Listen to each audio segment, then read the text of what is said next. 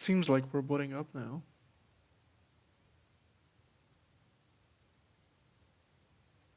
Seems like we're booting up now.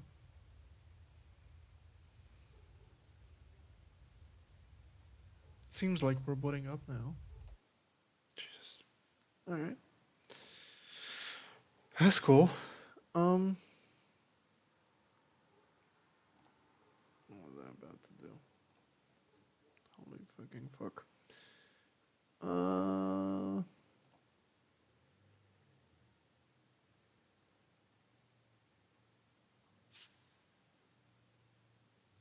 Stream stage, whatever else. So these are all the stream stuff. Okay, stream notes.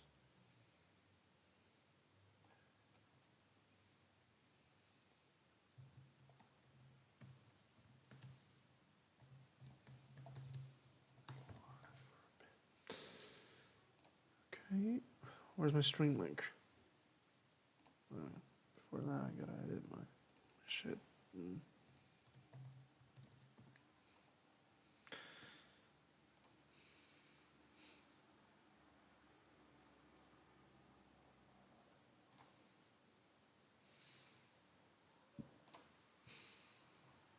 Based.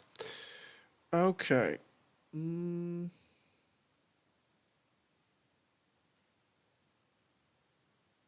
Stream is in good shape.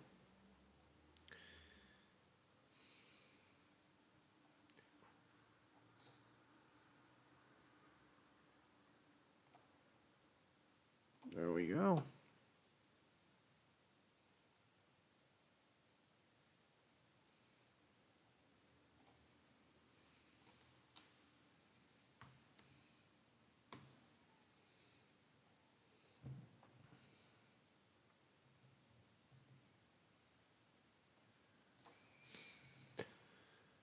Okay.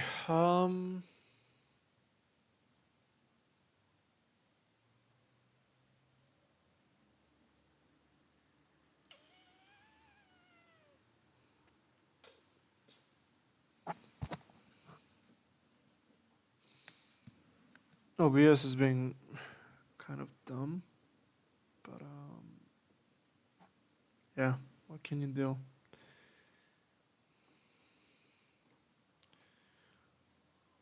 What can you fucking do?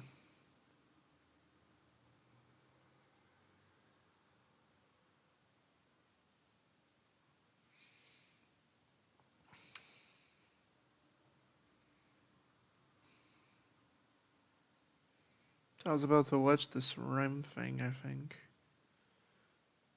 I started watching it yesterday and then it... Yeah. And there was something else by Sunday,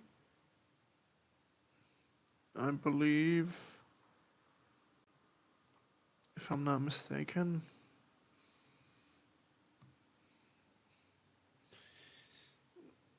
I hate using Microsoft Edge. Yeah, you'll have to make do. Let's look for it. I'm not exactly sure.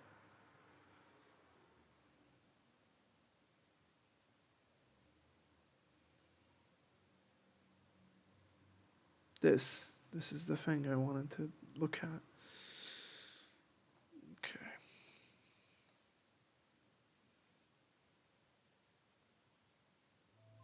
One of the things that I've really you notice this very strongly in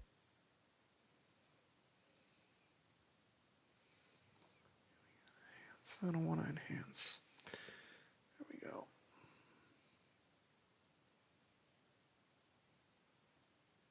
There we go.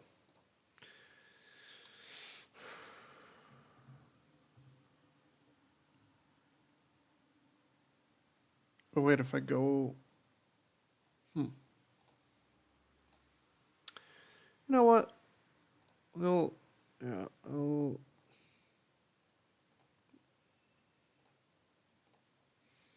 As soon as we get in a game, there we go. This is what we're gonna do. the YouTube space because it is entirely dominated by capital. We are all hustling. Just to be clear, even the most successful are hustling. There is a Jesus. certain immunity because the way in which people are punished for True, following Sunday. this form of media is True. that they are ostracized by other people. They are laughed at by other people. However, the reason why this is a penalty, it's because it bars you off from access to growth. It bars you off from money, from connections. It makes people unsubscribe and not pay attention to you. The highest height that you can aspire to is destiny, to be clear. You are in an ecosystem that has conditioned people to depend on their association with large creators in order to succeed themselves. Then now all of a sudden, people have a very What to strong do? impetus Yeah, we'll to not wait off make on that Gore. to not make that person not like them. The domination of this medium of communication by people like that prevents any discourse at this level from mattering, because it really should matter. There are a ton of people who are very engaged, who are active on it. It's energy that's being just shot out into space. Does not matter.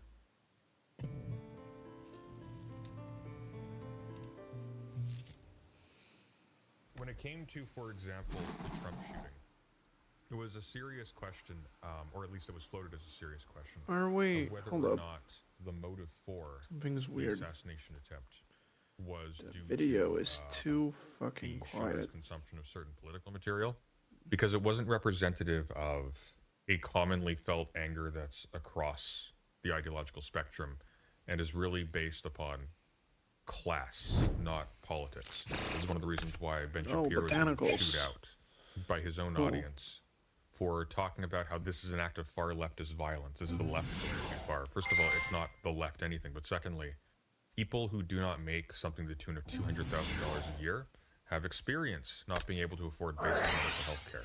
The lifespan in the United States has gone down.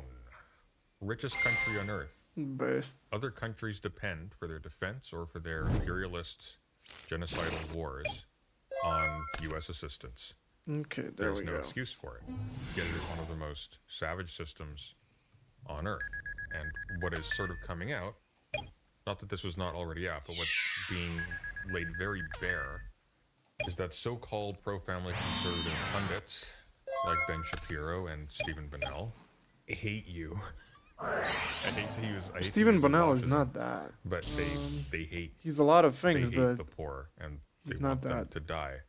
I've speculated on this a little bit. It came out, I think it was, I don't remember who made us first aware of this, but I do remember when I became first aware of it.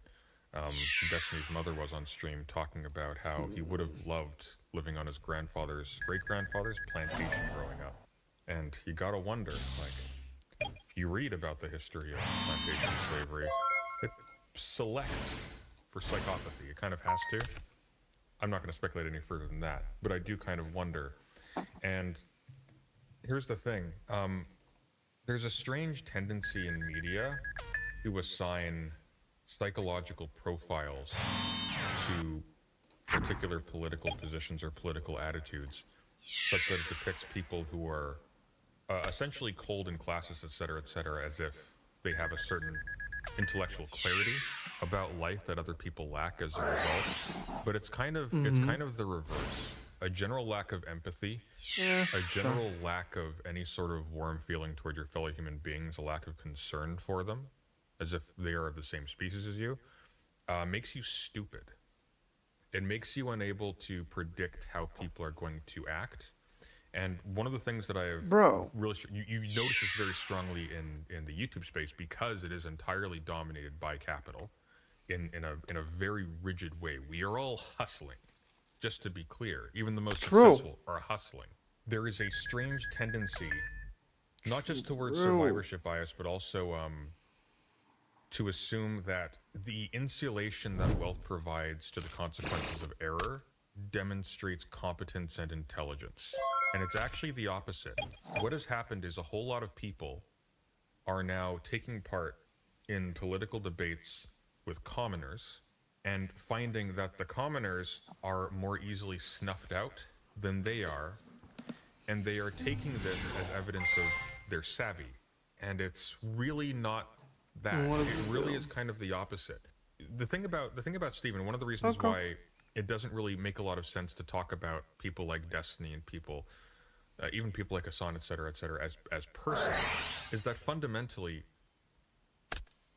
what they are and their significance has nothing to do with their personality. It has to do with the fact that by a long series of fortuitous chances, a certain relationship, a certain money relationship formed around this person as opposed to this person. And that's basically it.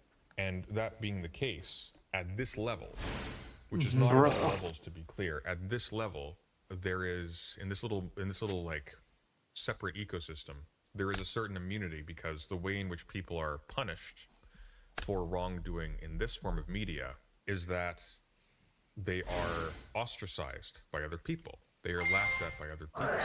However, the reason why this is a penalty is not because it feels bad to be laughed at by other 25 people. plus 3, that's 28. It's because it bars you off from access to growth. It bars you off from money, from connections. It makes people unsubscribe and not pay attention to you. If, however, you're in an ecosystem that has been conditioned, that has conditioned people to depend on their association with large creators in order to succeed themselves, then now all of a sudden, people have a very strong impetus to not make that person angry, to not make that person not like them. If you're a middling to a larger creator whose audience has tremendous entanglements with that community, it can be very dangerous to beef with them because that can actually cause a very serious damage to your bottom line.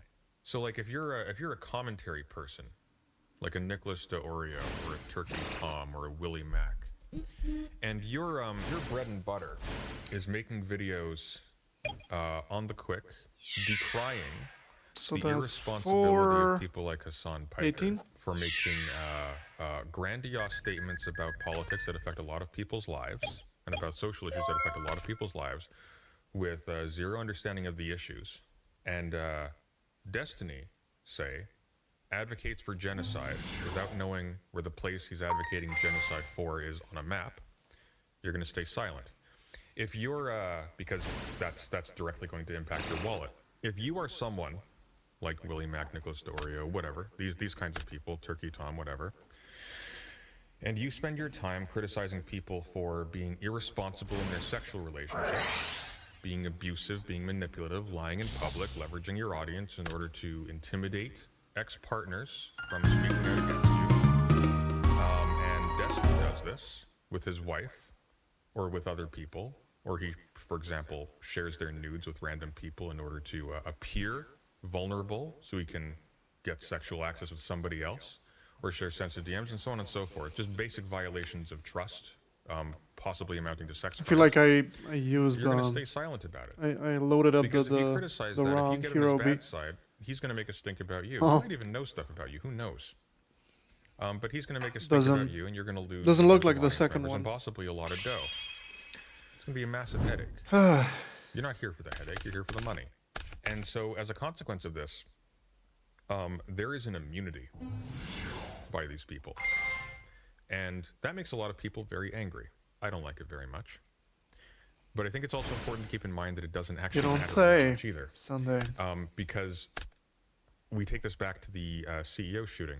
There are people with actual power, tremendous power, who are actively destroying people's lives at a large scale, constantly, just every single day. Every single day, some little old lady is being told, "I'm sorry, we can't cover your hospital stay anymore. Go home and die." Yes, I know you just recently suffered a heart attack. Yes, I know you have your husband died, so you're alone. Land of the free, baby. Sorry, you can't force me to. You can't force our labor to keep you alive. The significance of people at this scale is not great. Once again, like, the highest height that these people can aspire to is Destiny, to be clear. It's Bargain Bin Ben Shapiro, it's White Juan Williams. It's the token that allows a hack like Piers Morgan to be able to say, look, we've got intellectual diversity, here's a leftist progressive. Granted, he's not actually a leftist progressive. He's a classist, hateful psychopath, sex offender, who's found a loophole. Speaking generally, that can apply to many people. Level But 7.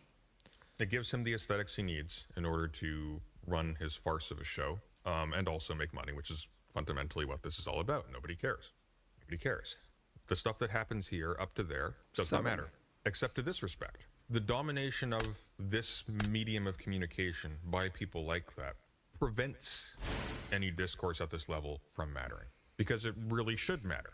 There are a ton of people who are very engaged, who are active on here, and it's energy that's being just shot out into space. Okay. Does not matter. Does not matter at all. Which is one of the reasons why I'm very perplexed by people who are stupid enough to go rambling about the far left with respect to this CEO shooting, because here's one thing you can't say about it. That did matter. That mattered a lot. That's a big deal. There's a reason why no politicians, no major figures are talking about the underlying causes of this. They're just noting with a little bit of a shiver that, oh, this is weird. A lot of people are seemingly okay with this. Why are people okay with this? Is there a disturbing new trend happening? No. What's happened is the distance between the ways in which people are exploited, their deaths, has closed very visibly for a lot of people. Very visibly. And for the first time, there's skin in the game. Because now, it's not a politician who's being targeted. Now it's a representative of a dominating class from an institution whose entire existence is premised on fighting universal health care so that they can squeeze and con poor people who can't defend themselves out of their money, only to leave them to die at the last minute.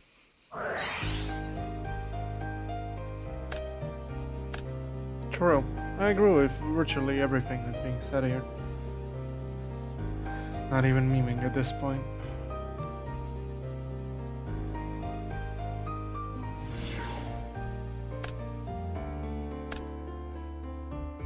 Okay. Oh, it's Power Tool Dragon.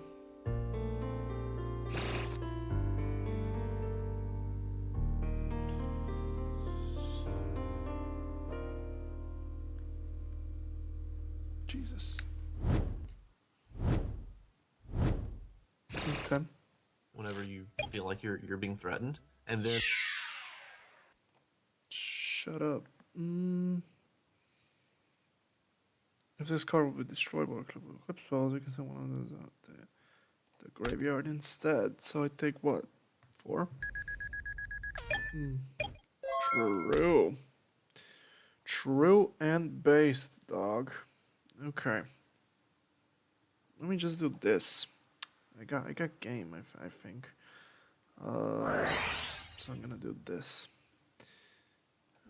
And there's this. You. So we got absolute 0. Then I'm gonna go for Ocean because that represents okay. Based. GG. Okay. How do I? Wait a minute. I want to play. One of the things that I have really you notice this very strongly in the YouTube. I don't want to play fucking. Wait a minute. Yeah, it's the wrong deck.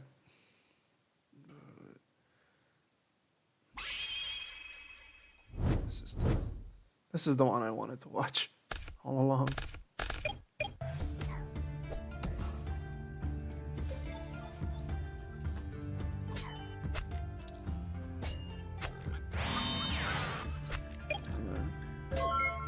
Jesus fucking Christ. Alright, so we're looking at the new translation of Capital by Karl Marx, translated by Paul Reiter, edited by Paul North and Paul Reiter. I have a hard copy of this. You can get it on Amazon for 50 Canadian and like 30 American, and it is divine. It is so well made.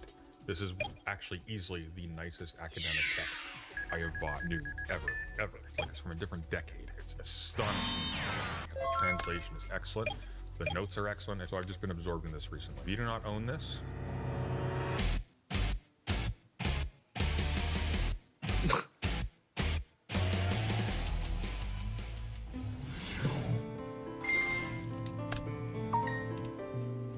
okay. it's got an introduction by Wendy Brown, which is very good. It's got an editor's introduction. So It's not a Paul North or typical Paul- plant deck, though, Paul, so- it's Paul Ryder. No, that'd be Paul North. Paul Ryder did the translator's preface.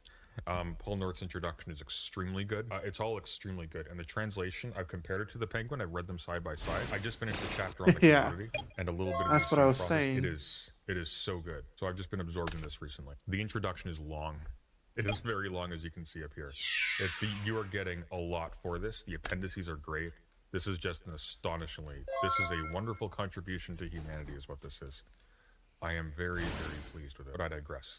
Okay, we're looking at the commodities. Specifically, we're looking at the fetish character of commodities. Can I just jump there? Does that work? No? Bad PDF?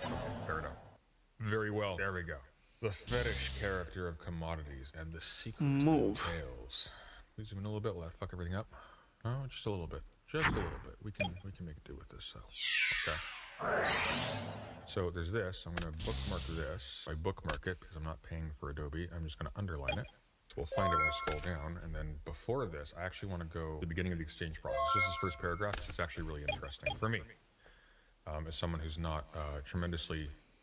I guess by now I'm pretty decently read in Marx, all things considered, but I wouldn't consider myself to be an expert at all. Type the number in the box Sunday. That would be intelligent. It's a really nice book. Got a copy last week. Sunday wanted to do Kurak as well. This is the kind of thing that they're going to release as a yesterday, paperback I soon. think. So get He it while put it in a it's, poll. get it while it's like this, because the paperback's going to be worth it, but it's going to be flimsy because it's Princeton, and their paperbacks are fine. They're just paperbacks. They're just paperback. Get the cloth band, but I digress. Yeah. So we're going to start off talking about the exchange process, but not really. We're going to be talking about how commodities are spoken of here, because it actually is very interesting. This sounds boring, but it's not. This is actually super, super important. 300. Not just for Marxism, not just for like whatever. This is super important for political theory, actually. So just as you'll see very quickly. So I talk a lot about critiques of social contract theory and debates within social contract theory itself. So that's kind of where a lot of my reading was for a little while, and it's of a particular interest to me historically. But quick, Thomas Hobbes, during the English Revolution, proposed a theory of political legitimacy that would disincline people who are revolting against their government in their own self-interest from doing so, by pointing out that it's not their own self-interest to do so, but also B, because they're actually operating against what they've already consented to. So he works out a theory that we've come to call a social contract theory. He works out a theory of a social contract. I'm gonna go turn on the lights as We soon look as at this how people game's are done. today, and we work backwards. Let me see that at some point they must have agreed, one and all, Oh, to not Valley. do certain things to each other mutually. I won't steal from you if you don't steal from me. Now the problem is that people will agree to things and then they'll go back on it. And if you're in a state of nature and there's no government, well, nothing's going to stop you from going back on it. So what we do is we empower a body that's separate from each of us to enforce the rules against both of us. So that if one of us breaks the rules, collective power will come down on them. And we won't break the rules because we're held in... Oh, wait a minute. I can do You're this. held in awe, is his language. Why not? The immensity of the thing with respect to us individuals. But it begs the question, why are we talking about it in terms of a contract to begin with? So that's kind of strange. He talks about it in terms of, in a state of nature, human beings have the right, i.e. the lack of an impediment to, moral or otherwise, anything and everything that we can get our hands on. Hobbes will write. People like Nick Fuentes, for example, would joke about your body being choice, but that's actually kind of the logic here. Hobbes will write, in a state of nature, people have the right to each other's bodies even. Now, what does that mean? Now, he's not talking about an enforceable normative right in the sense of if you take it before a court, they should find that you have a right, in fact, to another person's body. The point is that in the absence of a court, there is nothing to impede you from doing anything. In the absence of a government or any kind of rule, there's nothing to impede you from anything. And so de facto, and so how do we get to a point where you don't have a right to everything? Well, you have to give up some of your rights to another person. You contract them away. You exchange rights. And then between you, you elect, well, I mean, two things happen. First of all, you have two bearers of these things called rights, like little tokens that we have. I have a right to this, that, but I'll give you this one if you give me the same one in exchange. And then something happens between them. Now all of a sudden, there's this other domain of there's Fucking the base substance of the chain, alright. contract has its own existence apart from these individual tokens. See, because in the absence of any like mutual power to hold people to account, There is nothing but the gesture. There's nothing but the avowal. I give up this this? right, but I actually don't because I still have it. So you have rule and you have law emerge from this exchange. You have a third domain of Okay. a new domain of existence that comes into being as a consequence of that. Rousseau, Jean-Jacques Rousseau, criticizes Okay. Hobbes in multiple books, but That's cool. primarily I'm interested in this one. He criticizes Hobbes' notion that the state of nature is a state in which people would have to mutually give up their rights to each other. Why?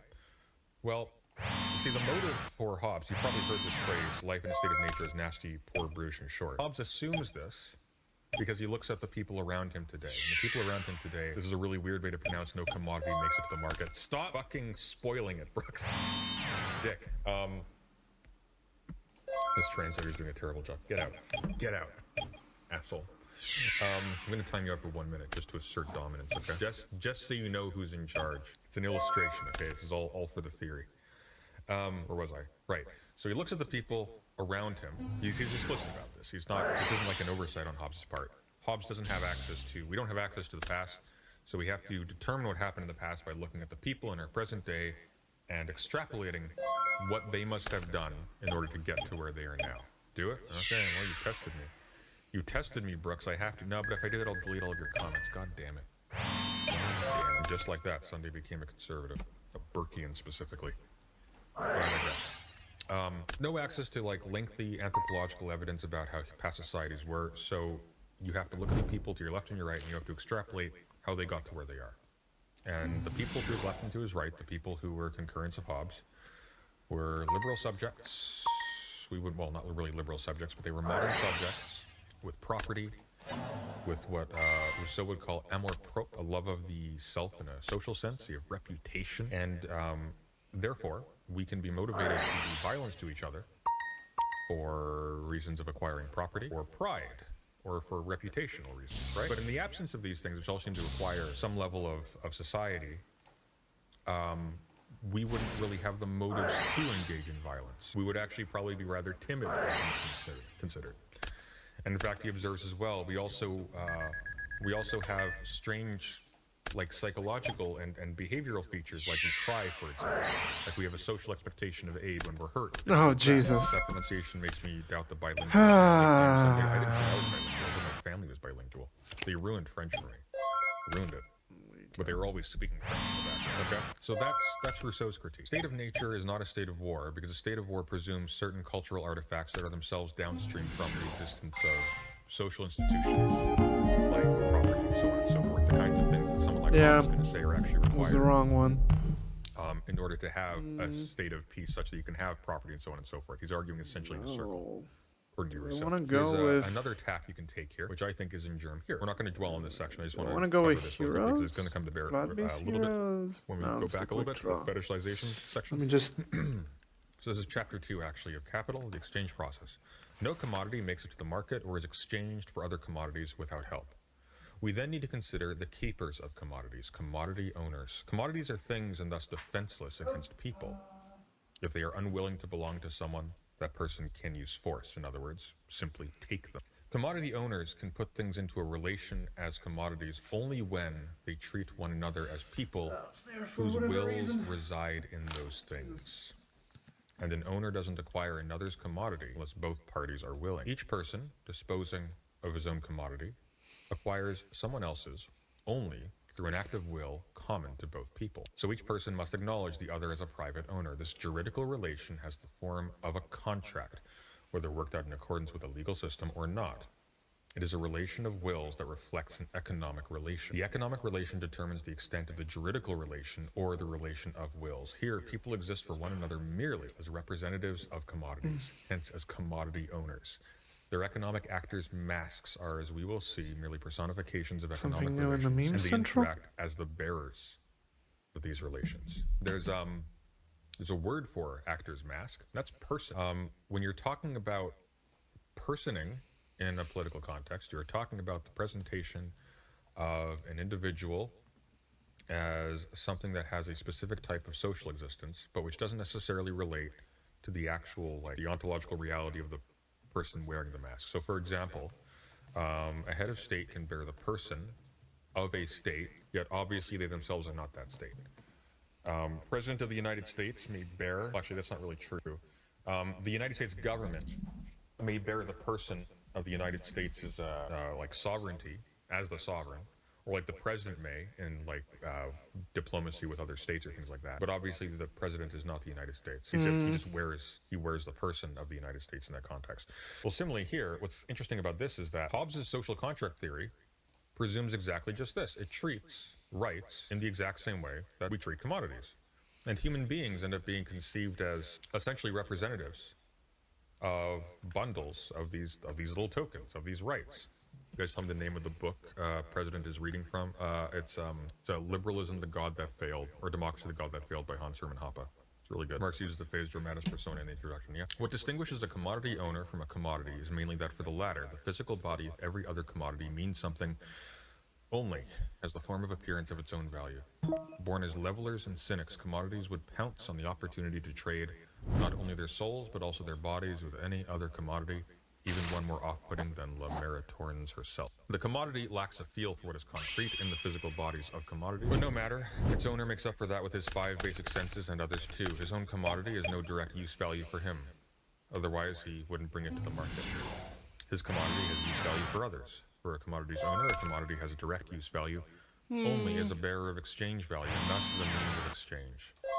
That is why he wants to dispose of it in exchange for a commodity whose use value satisfies one of his wants or needs. All commodities are non-use values for their owners, use values for their non-owners. Thus, all commodities must change hands. When they change hands in this way, they are exchanged, and exchange brings them into a relation with one another as values and realizes them as values. Commodities must therefore be realized as values before they can be realized as use values. He's working a little bit backwards here. We're going to get into this a little bit when we get into commodity fetishism.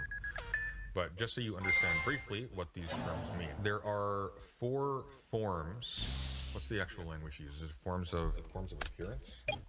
There are 4 forms of the realization of value expression, I think would be the language. But essentially it works like this. So a commodity relates to another commodity as being worth a certain number of that other thing, right? And so the question for Marx is like, what generates that value discrepancy? Why is one coat worth 20 pieces of linen, and why are 20 pieces of linen worth 1 coat? And the reason for that is because there is, on average, because you only have like these things settled in a context of there being mass exchange of commodities in a wide market, is that on average, there is a general expectation. This is actually very similar to how Weber talks about political legitimacy as well. There's a general expectation, what he calls the socially average labor time, the social average of labor time, I guess. There's a general expectation that it'll take this much labor to produce this thing. Well, it will take this much labor to produce this thing. And so that third value, that abstracted idea of labor, that third item in that equation, the thing that makes the coat and the sheet of linen differ from each other in more than just what he called use values, in like your specific use of the individual commodity itself, of the actual object. That difference between them, where you can rate them as being worth certain numbers of each other, that comes from labor, but that is the exchange value. That is the value, quote unquote. The value mentioned down here. So when he says they must be realized as values, all commodities must change hands. When they change hands in this way, they are exchanged, and exchange brings them into a relation with one another as values and realizes them as values. Commodities must therefore be realized as values before they can be realized as use values. A use value is just an object. It's not a commodity. Like this Kindle, this has a use value. This is a thing that I can read. Right? This is a tool for me to read books, but it also has an exchange value. I can sell a certain number of these Kindles for a certain number of some other commodity, that a certain amount of the labor that goes into the whatever proportion of Kindles I'm trading. So for a commodity as such to become a use value, they need to be in relation with other commodities as values. So he's not talking here about how something needs to have an exchange value as like a simple use value to become a use value, like this individual Kindle does. What he's saying is that commodities need to be in exchange with each other in order for there to be a use for the commodity qua the commodity, as the commodity itself. So like the forms are, is it simple exchange? Let me review this quickly. So there's the exchange value. This is the value form, the relative value form, and there's the equivalent form. Hang on. Hang on. But I wish I had annotated this, which I did. Anyways, long story short. So you go from like one coat for 20 sheets of linen. That's the exchange value of that. But that is only determined by a bunch of other things because you don't get a socially average labor value from that by itself. You need to have a wide market in which exchange of that kind sort of takes place pretty generally. And you also need to, like, that doesn't tell you the actual value of the thing because there's a million other things you compare it to. It's like one coat equals 20 linen sheets, or equals 30 or equals 1 so on and so forth. And you can just keep on doing that forever. You know, I don't think you can use the commodity qua the commodity. Yeah, you can. When you sell a commodity as a commodity, that's a use for the commodity, right? So it has to relate to every other commodity in circulation. But the way it does that is fundamentally by making one commodity marker of all the others' value. That's how you get money. So it's pretty simple to get. But I want to look at the fetishism section. I think it's lower. Oh, here we go. I did. Brilliant. All right.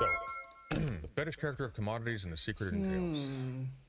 A commodity seems might at as first well. like an obvious, trivial thing. However, looking at it, we see that it is very intricate, full of metaphysical quibbles and theological GG, good quirks. To the sir. extent that a commodity is a use value, there is nothing mysterious about it, whether I view it as something whose properties satisfy human wants and needs, or something that has those properties only as the product of human labor. Anyone can see that human activity modifies natural materials so as to make them useful to people. We modify the form of wood, for example, when we use it to build a table. Of course, the table isn't any less made up of wood for having been worked on, and the wood remains an ordinary, sensuous thing. But the moment the table begins to act as a commodity, it metamorphoses into a sensuous, super-sensuous thing. It doesn't simply stand before us with its feet on the ground. Rather, in its relation with all other commodities, it turns upside down and spins bizarre notions out of its blocky head. A performance far more fantastic than if it were to start dancing of its own accord. Thus, the commodity's mystical character doesn't arise from its use value. Remember, use value is the individual human use of a thing. A pen is for writing. This is what he calls the double character of it's double character of commodities? Double character of commodities. So a pen has... The problem with Marx, and this is gonna sound very, I don't know, very, especially coming from me, it's gonna sound very misplaced. The problem with Marx is that there is no value, ironically enough, in like the way he schemed things out. There is no inherent value to outside agents that are put in place to place value on the labor. So you can at least kind of see where capital fetishists are coming from in terms of like putting this burden on markets, right? Markets are placed there for markets are put in place as like an outside agent that's supposed to mitigate the labor and and value, right? as a use value. A pen is for writing. I can write with this pen. However, as a commodity, it has a different nature. Its value isn't its use value. Its value is the rate at which I can exchange it for other things in mass. Right. So I talk now of Chain pens, that. a certain number of pens. And that certain number of pens in exchange with other things, well, that's There we a go. commodity. And that's completely divorced from its use. Like, these pens can be Yeah. sold and exchanged as commodities without ever being used. They don't have to be used that way. And I can substitute the word pen for anything else. I can exchange like a certain number of Kindles or a certain number of cardigans or whatever. And so its existence in that key ends up being its exchange value by itself. Sort of a representation Jesus. of a certain quantity of some kind of substance that is being exchanged in various degrees through these objects as a medium. Thus, the commodity's mystical character doesn't arise from its use value. It also doesn't arise from that which constitutes the determinants of value. Okay. For however diverse useful labor or productive activity may be, it is first a physiological fact that the varieties of useful labor are functions of the human organism. That every such function, whatever its purpose and form, is essentially the exertion of a human brain, nerves, muscles, sensory organs, and so on. Second, with regard to how the magnitude of value is determined, i.e., how long an exertion lasts or how much labor is expended, the quantity of labor is manifestly different from its quality. Under all conditions, People have had to think about how much labor time is needed to produce their means of subsistence, although not to the same degree in all stages of development. Finally, the labor people carry out also takes on a social form as soon as they begin to work for one another. So this is something else that's really important. When you're talking about, and this is what a lot of people don't get, someone like Jordan Peterson, for example, which, by the way, I can't stress enough, it is a very strange thing for someone to rail as long and hard as Jordan Peterson has on people like Foucault and Marx, when it is an event. Straight up AK, AK, holy Communist fucking Manifesto shit. and read it for the first time while preparing for a debate with Slavoj Žižek. But I digress. People have a lot of like misconceptions about what this means. The point is not, well, man, commodities are made by human labor, man. We're all just being taken advantage of. I mean, that part's true, but that's kind of beside the point. The point is to understand the actual mechanism that is presumed, the actual logic of how current modes of production work. You have to get behind just the bare idea that these objects in and of themselves simply bear this thing called value by themselves. Use value is relative to Do you want to go for human beings using an tokens object or as a tool. destruction? The value of something for exchange is downstream from the existence of a system of exchange that is routinized and entrenched to the point where there is such a thing as a commodity market, and there are such things as different types of labor that are regularly equivocated through exchange. So at bottom, the exchange of like however many Kindles for however many toothpicks is going to be disproportionately weighted on the side of the toothpicks in terms of how many you have to exchange for how many Kindles, for the simple reason that they're easier to make. That's it. They're easier to make, and they take less material to extract. You can make and sell more of them with significantly less effort than it would take to make an equivalent number of units of Kindles. And in that process, like the specific types of labor involved are completely lost in the equation.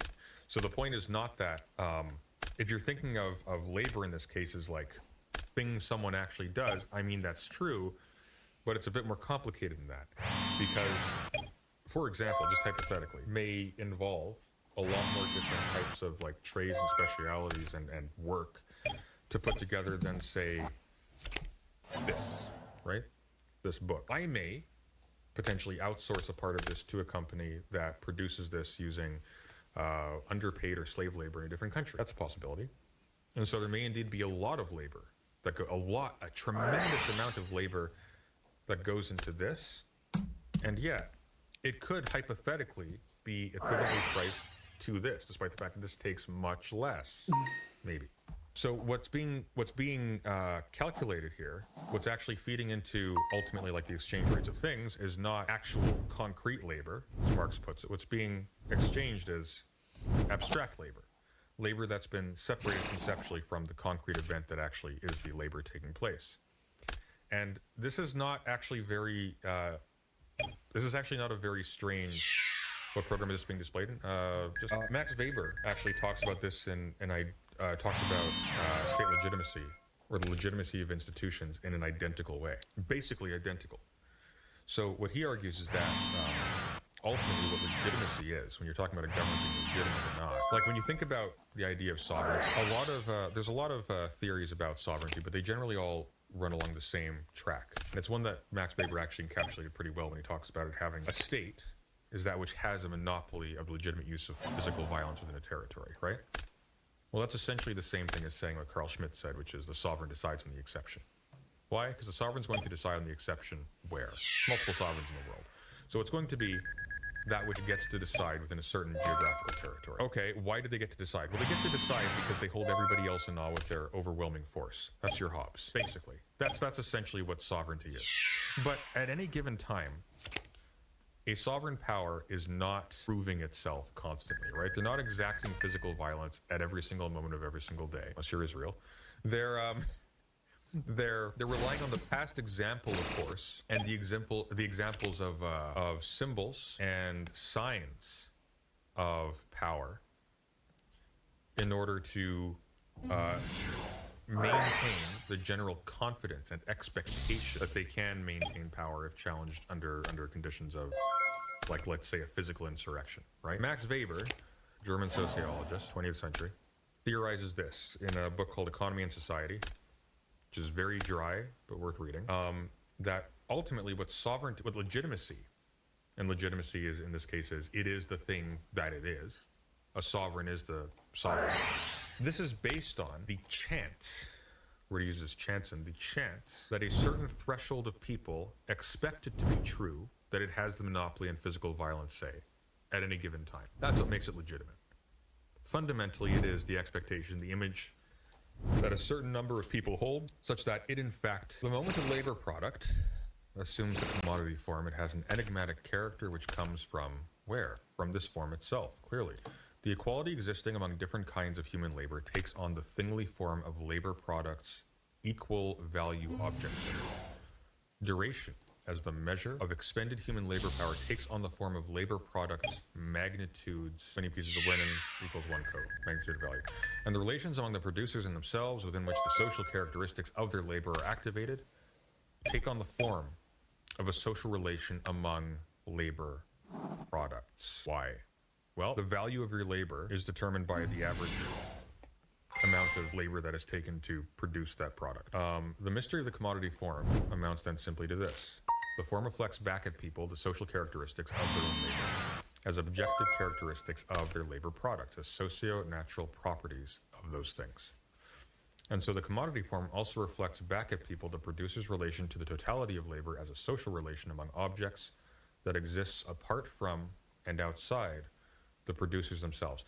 What's crucial to keep in mind here is that this abstract labor is distinct from concrete labor precisely because it isn't real in the same way. Human beings absolutely do expend a certain amount of time. Abstract labor is, human beings exert blood and sweat over a period of time to produce a thing. Okay? Let's say it takes 4 hours on average to produce a product. Let's say it takes 4 hours on average to produce enough of a product to pay for a worker, to pay for a worker's like pay and existence, et cetera, et cetera. Okay? And you work 8 hours. So if you work 4 hours, your employer makes enough off of your product to basically have wiped away the expense of paying you to be there. And then the next 4 hours is pure profit for them. So they've paid you already. Now the next 4 hours is all going to them. All right? And let's say there's a strike. You don't want to work 8 hours. Okay. Well, that's fine. You'll work 4 hours now, but we'll work you twice as hard. And you have the exact same thing there. Yeah. Through this quid pro quo, labor products become commodities, sensuous super things, or social things. Similarly, the impression a thing makes on the optic nerve isn't perceived as a subjective stimulation of that nerve, but rather as the objective form of a thing external to the eye. This is, of course, a physical relation between physical things, with the light from one thing, the external object, actually hitting the eye. In contrast, the commodity form has nothing at all to do with labor products' physical nature or the thing-to-thing relationships arising from it, and the same holds for the value relation of labor products within which that form is expressed. Here, it is only a particular social relation among people that assumes, for these people themselves, the phantasmagoric form of a relation among things. To find an analogy, we have to travel into the misty place that is the religious world, where things produced by the human mind seem endowed with lives of their own. They seem to be autonomous figures interacting with one another and human beings. There's actually a note on this, which is probably worth reading, but it's very long, so I'm not sure if I'm going to. But essentially, fetishes are like statues or things that are supposed to have like some kind of spiritual existence. Idols. Like the kinds of like ancestral idols or whatever that would be in the doorways of like an ancient Greek house or something. These are fetishes. These are objects that have a magical reality apart from their material constitutive bits. They're not just like a little sculpture made of like clay or something. These actually have mystical properties inside of it. So too with commodities is the argument. You'll see this language used in a lot of different places.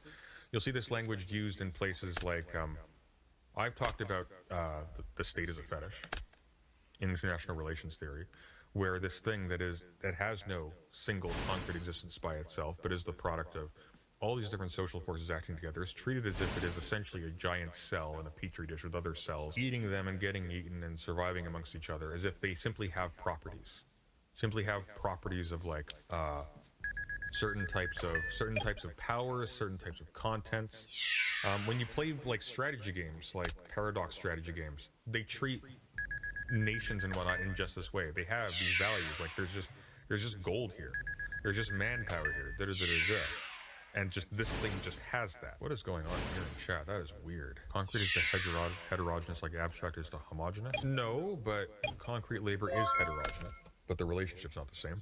So we travel to the religious world, where they seem to be autonomous figures, commodities. They seem to be autonomous figures interacting with one another and human beings. So it is in the commodity world too, but with things produced by human hands. I call this fetishism, quote unquote. Labor products become fetishes the moment they are produced as commodities. And this fetishism is thus inseparable from commodity production. As our analysis has already shown, which we haven't gone over, the commodity world's fetish character arises from the peculiar social character of the labor that produces commodities. Useful objects can become commodities only because they are made by instances of private labor carried out independently of one another. The aggregation of these instances constitutes a social totality of labor. Because producers don't come into social contact with one another until they exchange their labor products, it also happens that the specific social characteristics of their instances of private labor first appear within an exchange transaction. In other words, instances of private labor come to operate as components of a social totality of labor due to the relations that exchange establishes among labor products and with the products mediating among their producers. Thus, to the producers, the social relations of their instances of private labor appear not as direct social relations in which human beings are connected by their work, but as what is in fact the case here. Things mediate the relations among people, while there are social relations among things. Human beings produce cloths, cups, etc., and then these things are exchanged as masses of value-bearing magical things, of things bearing this magical homogeneous value between all things, and things they produce are exchanged with each other. And their relationships with each other are determined by the relationships between these things, which have their own society and follow their own laws and act essentially like persons.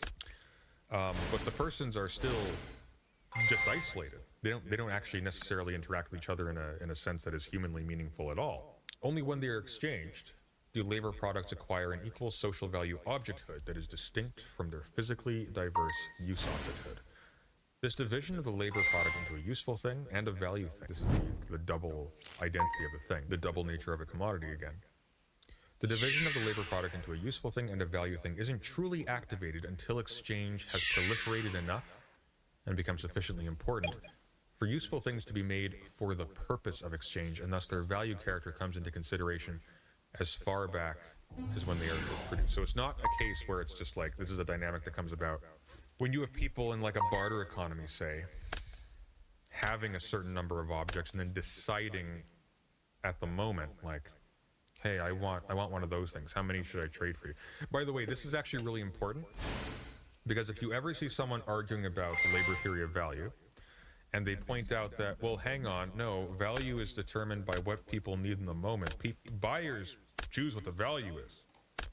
It's not what Marx is talking about here. Marx is talking about something that is specific to the dynamics of a market economy in which commodities as such are produced in exchange, because without that you don't have value as Marx is talking about it. What Marx is talking about with respect when he's talking about value, the value character of commodities, what he's talking specifically about is that sort of stabilized underlying reality that comes to be when you regularly exchange masses of things with each other over a period of time.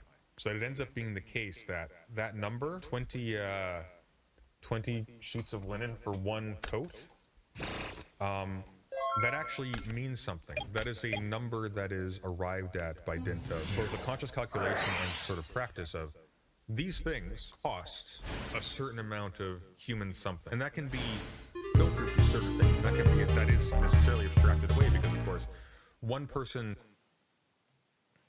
Okay, we're good.